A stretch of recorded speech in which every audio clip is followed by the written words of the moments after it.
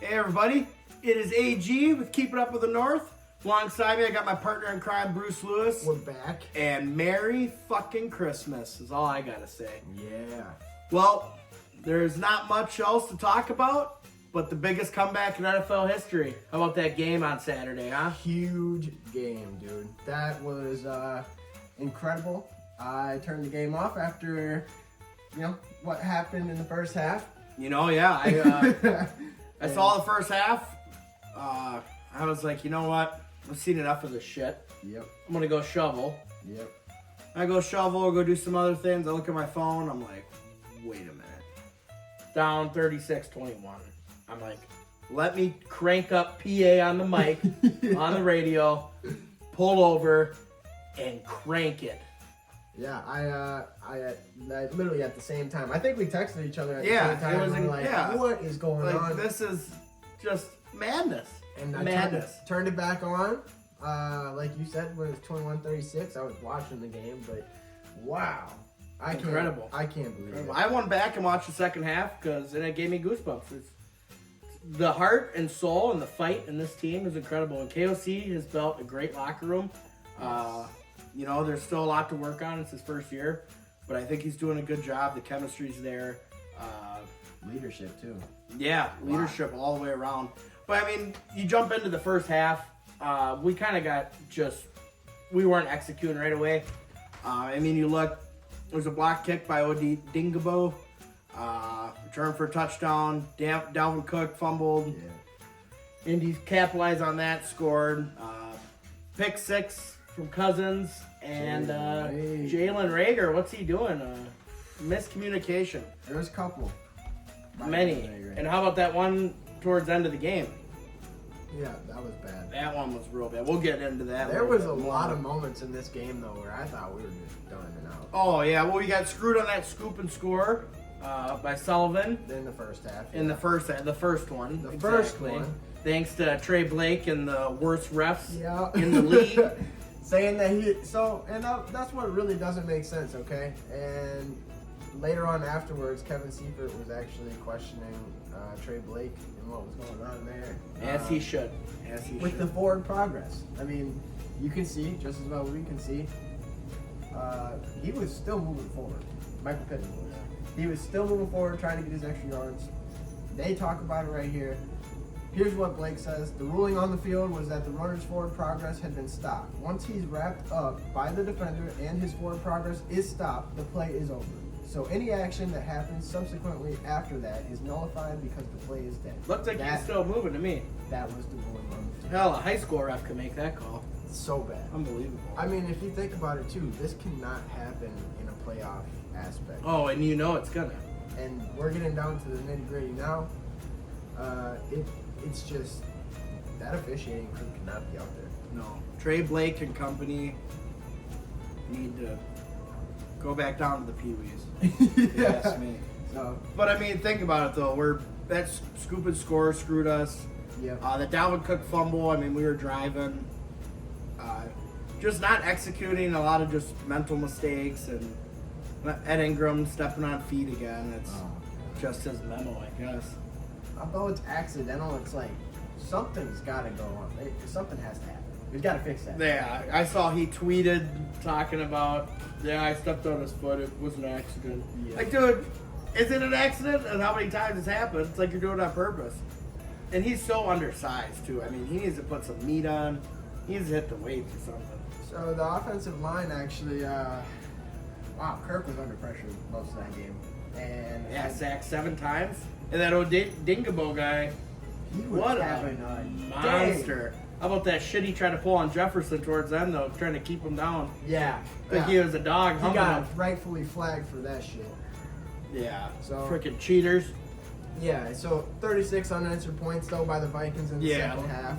Really, the whole offense came together. Amazing. They only the defense even came together in the second half as well.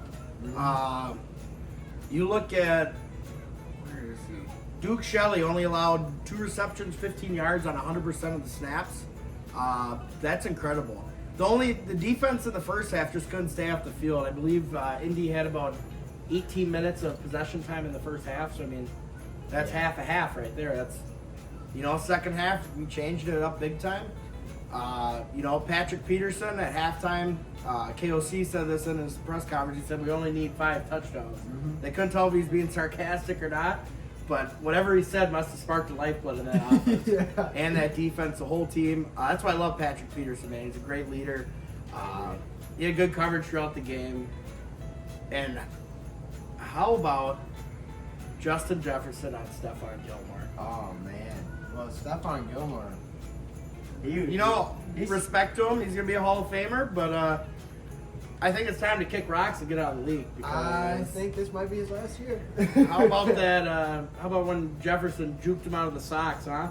Yeah. Too much movement. He was all over the place. It was way too much movement for him. Scored the touchdown on him too, right there. Hit the gritty on Stephon Gilmore. Yeah, and then he added a little finesse to it too. Added a little something more to it. Yeah.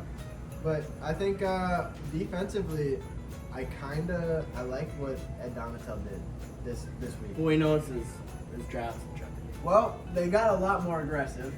We discussed this on the last podcast. I believe the podcast before that. It's been going on for weeks. He must have listened. He must have listened. He's listening to our podcast right now. As he should be. Maybe he can learn something. But I think KOC got on him after that last game. Told him, hey, look, man, we've got to do something. Something has to change because we cannot be letting up 400 yards every game. That's just, it's not going to And how many total yards did he give up? Well, let's figure that out. 1,000 years later. So the Colts had 341 total yards, and a good majority of that was in the first half. Which 341 yards is pretty fair. I mean, especially like you just said, it was the first half that really killed us. Defense held them only 3 points second half. Looked really good. Got to the quarterback quite a few times. Yeah. He was pressured a lot, and that Colts offensive line is really good. I don't know if they're one of the top in the league, but they actually Yeah, can and hold their own. the Vikings are the first team, besides having the biggest NFL comeback in NFL history, to beat a Saturday on a Saturday. Yeah, Jeff Saturday. I'll tell you what, that Jeff Saturday guy just rubs me off the wrong way. Why? He looks like a freak. I don't know. He's just a creeper. He's a creeper. And obviously he's not a good coach. Yeah. How are you about to lose that lead? But, I don't know if he's to blame when your quarterback is Matt Ryan. And what did he do in the Super Bowl? Hey. 28-3? Let up The biggest comeback in Super Bowl history. Yep. And then he lets the biggest comeback up in a regular season game. History in general. The question is Matt Ryan going to be a Hall of Famer? Well, truthfully, I don't know that I can confidently say he will be. He doesn't have a Super Bowl. I think there's quite a few names I would put ahead of him. Oh, for sure. I mean, he's got a lot of numbers. I'm not going to get too much into Matt Ryan, but I know that's a debate. He's a certified choker. Yeah, I think the Colts, if they have another, answer at QB, I'll say they don't have it this year. Who knows if they'll go into the draft, get another guy. But they could be a bad team going on down the road. That defense is pretty stout. Especially the Odengabo. Yeah, Odengabo. But look at Justin Jefferson's stats for this game. Still on pace to hit that NFL single-season receiving yards And maybe record. even 2,000. He very well could hit 2,000. That would be awesome to see. And looking at, the games we have ahead, got the Giants coming up this week, so it's going to be a big game. I think that he can get after that secondary. I think he's only got to average right around 120 yards to get to that 2,000. So. How about that injury scare? He had a little bit of injury scare. Oh, when he went out. Made me a little bit nervous. I don't know what it was. When he went out of the game, my heart dropped because that was our biggest playmaker. But actually, and guess who stepped up and had a better game than him? KJ Osborne came in. 10 receptions, 157 yards, a touchdown. And we've been talking a lot about finding another receiver to stretch the field. He might be that guy. He's young. He's got some speed. He's got wheels. I think he's underutilized a lot, but obviously not this past week. He was utilized the right way. KOC's a great play caller. Yeah. Think about it. You look at the Rams. McVay's screwed without KOC. Yeah, that offense is a dumpster fire. It hasn't been doing good all year long. Allen Robinson, everyone thought he was going to be big deal. And I think KJ can really be that wide receiver too. I think Thielen more so has fallen to a wide receiver 3 or 4. Thielen is he made some big plays. He did Saturday. He had He's that always touchdown. that guy you can rely on when you need a play to be made, a ball to be caught. He's sure-handed.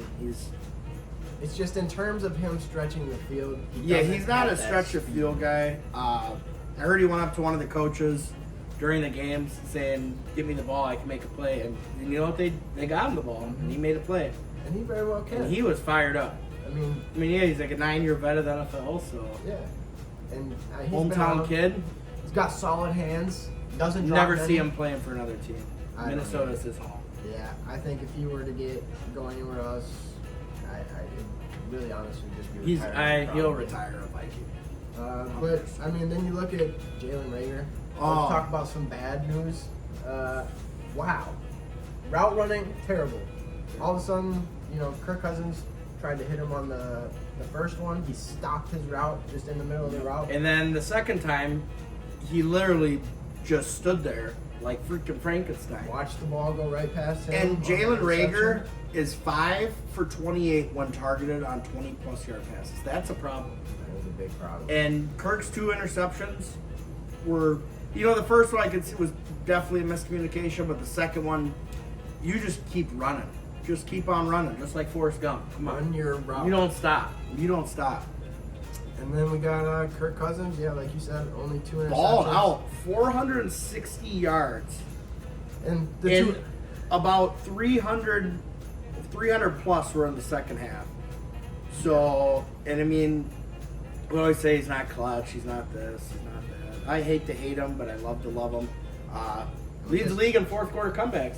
he does. And if he gets one more, he breaks the record for most fourth quarter comebacks in the season. Kirko Chains is clutch. And how about that suit? I know his wife put it on for him.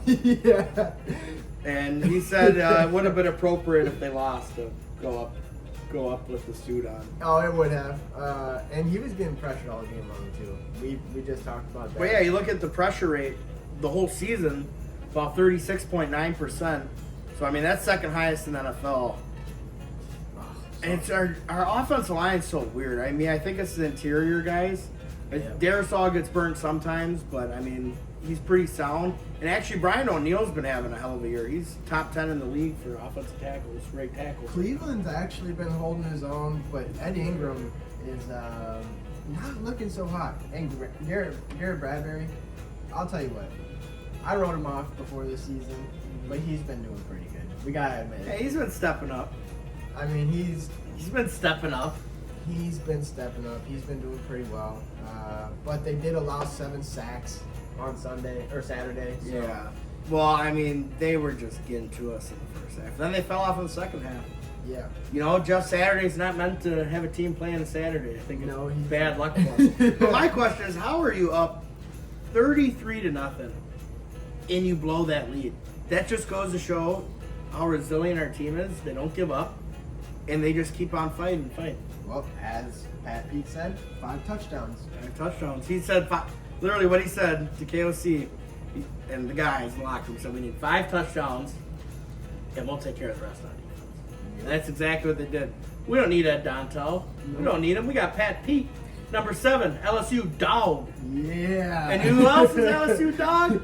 Jay Jettos. Yes, sir. And then we got Dalvin Cook. What a big game from Dalvin. Oh, Dalvin Cook. You made me cash in, baby. Made me cash in. Last leg of my parlay. Nice 500 bones for the day. That run was incredible. 64-yard receiving touchdown. That was late in the fourth quarter. It was a screen. I was yelling. I was jumping up and Oh, down. you were yelling. Oh, you man. should have heard me in the car with the radio blasting. Paul Allen. Screaming. Paul Allen. Woo! I was freaking brewed up, baby. Yeah, and then 190 yards. He had a big all around. run in the first half, too.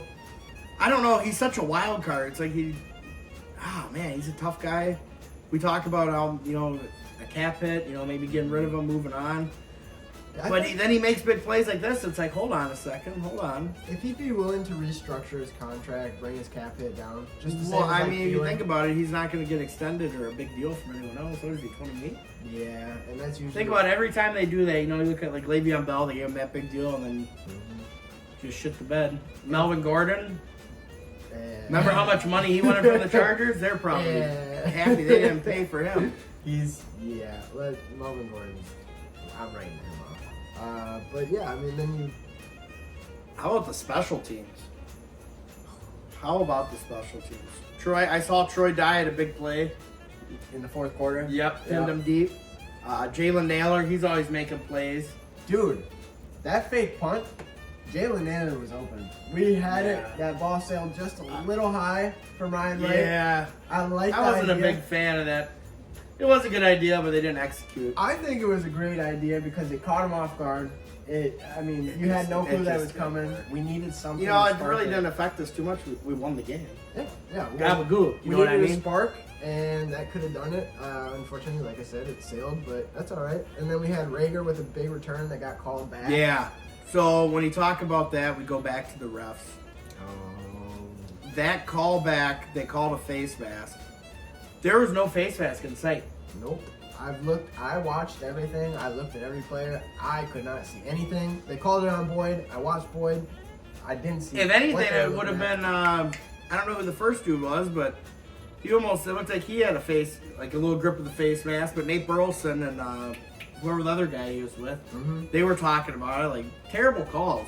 Trey Blake, they're just terrible, man. Yeah, that officiating crew. They called back 2 scoop and scores. We already went over the first one. Yeah. That second one later in the game, though, then Sullivan gets a penalty. I mean, I'd be frustrated too. Yeah. Are you about to take 2 touchdowns away from me? Yeah, you throw your helmet out of frustration, but you got to think. And you can't be doing that. But I get where he's coming from. You just can't show any emotions. I would have been frustrated too, though. I mean, it's. Should have pulled off the Adam Sandler in the longest yard. A little Paul Crew slant right to the ref's nuts. It's just, I don't understand, though. You look at it, it's been week after week. The refs are just out to get the Vikings, I think. Man, the Vikings are playing more than, they're playing 2 teams. And look, I mean, you look at that fumble, the runner was clearly not down. He was up. I mean, you look at the replays, the runner's still up, the ball's out. Why is that not a scoop and score? Because they called him down. They can't go back after the fact and say, hey, you know what? This is actually going to be a touchdown. Yeah, it is bullshit. I agree. I don't like it at all, but somehow we've been able to... Trey Blake. Remember the name, ladies and gentlemen. Remember the name. We've been able to overcome the refs. But... And I was watching him make these calls. The guy just looks like a fucking dweeb. You see him, there was forward progress. It's like, dude, get the fuck out of here. Nobody wants to hear your shit. But the biggest news is that we have clinched the NFC North. Kings of the North. Hopefully we can hold on to this number 2 spot. So far it's looking good. Front page of the paper, that caps it all. And you know what? How about Greg Joseph? Hey. They got Blankenship. They signed Blankenship. Dude is sweating his nuts off, trying not to get cut. I think he just needed competition. So, Greg Joseph, I want a round of applause for Greg Joseph. There you go, Greg. Won the game. I thought he was going to miss. I'm a hater, but... We talked a lot of shit about Greg Joseph.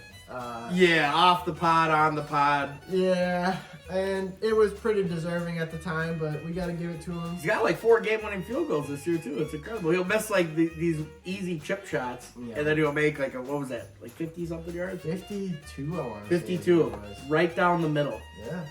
But yeah, that's great. Then we got the Giants coming up. That's going to be a big game. Yeah, I didn't. So speaking of bad calls, they made some bad calls in that Washington. That could have cost the Washington the game, damn near. It could have gone either way. I'm excited to watch this Giants game. I think it's a very winnable game. Their defense, like many of the past ones we've been playing, pretty good. I mean, we've been doing great against good defenses. So. Yeah, that D-line. It's just our defense. Yeah, it's bad. But you look at Barkley's been crap. the second half of the season. Yeah, what happened to him? He was so hot the first half. I love Brian Dable. Dayball, yeah. He's a hoot. That guy is awesome. He kind of looks like Santa Claus. You know who he kind of reminds me of? So I think of Dayball, and I think of Dan Campbell. Yeah, a little bit shorter, fatter. Yeah, well, not like maybe looks wise, but just like how you they like coach. Dan Campbell's physique better. Yeah, how they coach and how the team just plays for them. I mean, their teams love the coaches. They play hard for them. A lot of the new hires this year, the coaches have been doing a great job. And Dan Campbell was on his way out, and they flipped the switch. And I'll tell you what, if you look at playoff seeding, I do not want to play the Lions again. That team has so much damn momentum right now. And you look at our game against the Giants coming up.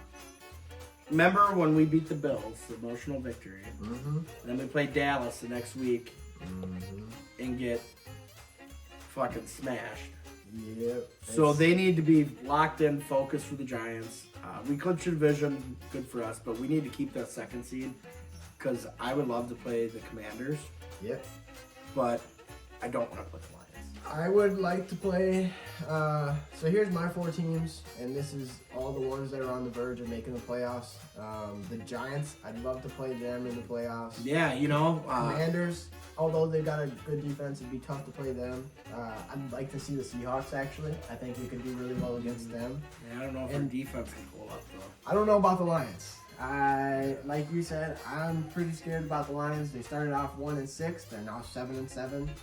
Yeah, I'd be worried about Seattle just because their deep threats, they would burn the hell out of our receivers. Yeah, Lockett and Metcalf, I can see it. Yeah, and then you got Walker running right up the middle. But we got Ed Donishow. He'll play prevent defense.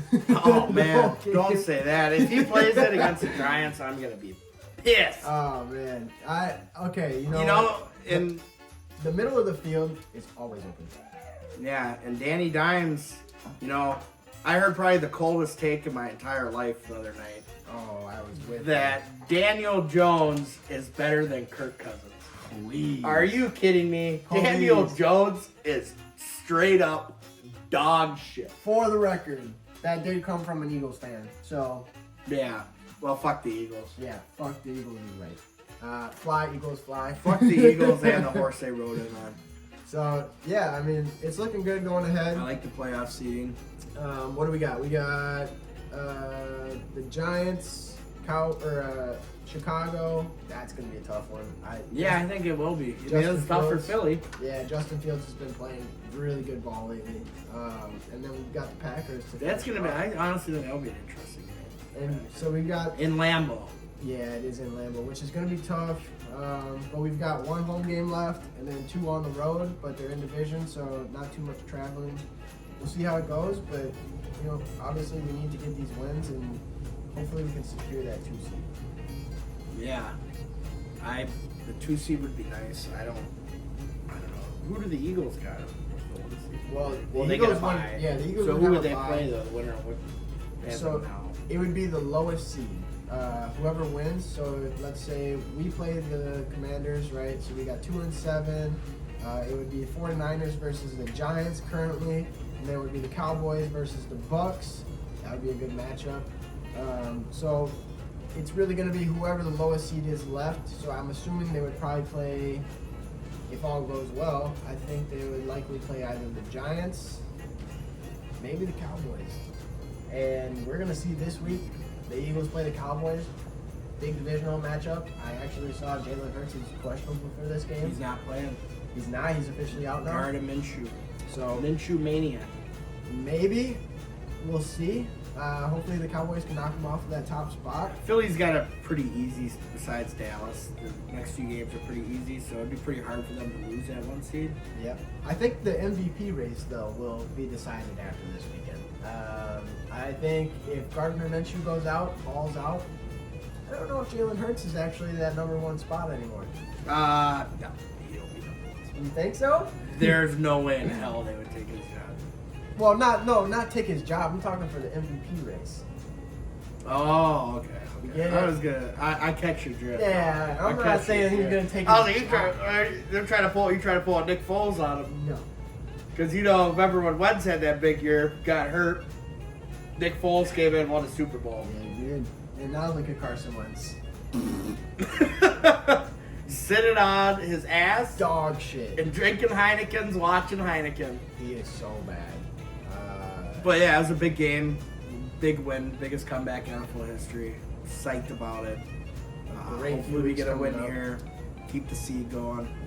No, one thing I want to add to, I know we don't really watch NBA. How about the fucking Timberwolves, dude? Putting Yeah, up they won last 150 on night the too. Bulls. 150. Then they beat the Mavericks. Yeah, And they're supposed 16 to and be a good 15. team. Wild have been rolling too. Yeah. They've been steamrolling. As of late, this is hey, full disclosure though, this is Minnesota sports. This is about when we heat up and then all of a sudden we fizzle out. But let's hope that does not happen. Yeah, maybe they won't have to just play a play-in and choke against the Memphis Grizzlies. That was embarrassing. I mean, they're up 20 points about every single game. Whoop that trick. Exactly. Hustle and flow, baby. Yeah. And then, unfortunately, the Twins, nothing. It's Joey been- Gallo. Oh, And they got the shift is gone now. Yeah, that's a good point. So, and he's a pretty good fielder. I don't know. We already had depth in the outfield. I didn't think we needed another outfielder. I don't know what their plans are for the DH, infield. I guess. Well, Urshela's gone. I don't know. Royce Lewis is coming back, so maybe that's their plan at Then shortstop. you got Polanco and Arias. I keep seeing rumors of maybe trading Arias. I couldn't see his. But I love Arias. From when he came up, I've just always loved watching him play. Well, it's not like we're gonna get anything. Like we're not gonna get a one-on-one for. No, they'll probably get a pitcher. prospect. Probably get a prospect. Yeah. So And I don't even know the pitchers are all starting to go. I mean, Chris Bassett just got signed. DeGrom's gone. Verlander's gone. there's not much out there. Just as players in general, there's really not a lot out there. I think Dansby Swanson's still out there. Nope, Cubs just signed him. He got signed. Yep. So we're. Yeah, there's not a whole lot. I don't foresee the Twins making a great run this year. But Who knows? We didn't. Yeah, I don't know. They started off hot last year. I plan on. I think we should plan on going to opening day again. I'm down to do it. I And think it was a good time. Hopefully, it'll be a little warmer. yeah, and Who do they got? Do they got the schedule out? Who do they got on opening day? Let's see. Actually, Twins opening day. I thought they had a pretty easy schedule. I mean, I feel. So we have Kansas City on April 6th. And the home openers. March No, 30th. Houston. Yeah, opening day is March 30th, and the home opener is the 6th against Houston. Oh, damn. Better get our tickets. Holy shit, that's coming up quick. Go watch them fucking cheaters. Yeah. Can't really call them that anymore. No. But, that'll be exciting. Baseball, football, hockey. One announcement I want to make. My brother, on Christmas Eve, he's out in Thailand fighting again. He had a big heart scare and everything, but he's back out there fighting. Yep. The Iron Heart is making his comeback fight. It'll be Friday night, our time, 10 o'clock, Fairtex Fight Promotions on YouTube. Okay. Tune in. Free to stream? It's pretty exciting. Muay Thai with MMA gloves. Free to stream. All right. Free to stream. So that'll be super exciting. Just wanted to shout that out. Yeah. But other than that, Tell you what, guys. Merry Christmas, you filthy animals. Merry Christmas. Happy holidays. If you're going to celebrate Christmas. Happy holidays. And Happy holidays. that's it, you guys. I mean, hey, be sure to hit that like, subscribe, leave a comment down below with some feedback if you'd ever be so kind to. Yeah. And Still waiting to hear some feedback. Yeah. What's up with that, guys? Come on. That's it for us. This is Keeping Up with North. We are Ho, ho, ho, ho, ho. We are the home of Minnesota Daily Sports Talk. AG out. Moose Billy's out. Let's go.